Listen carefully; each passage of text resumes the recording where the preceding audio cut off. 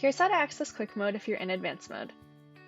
Navigate to the switch in the top right corner of your order labeled Edit Mode Advanced.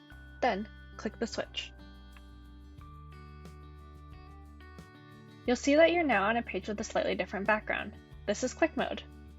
Here, you can make a smaller range of edits than you can with Advanced Mode, but these edits will save directly on your order without canceling it and generating a saved as order. To edit in Quick Mode, make any available edit. For this example, I'm going to delete an item. Then, save the order. If you navigate back to your order list,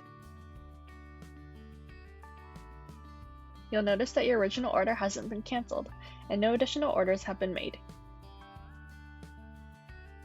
If you click the order, you'll see that your edit has been successfully saved directly on the original order. And that's it! If you have any additional questions, feel free to reach out to us at support@editorder.net.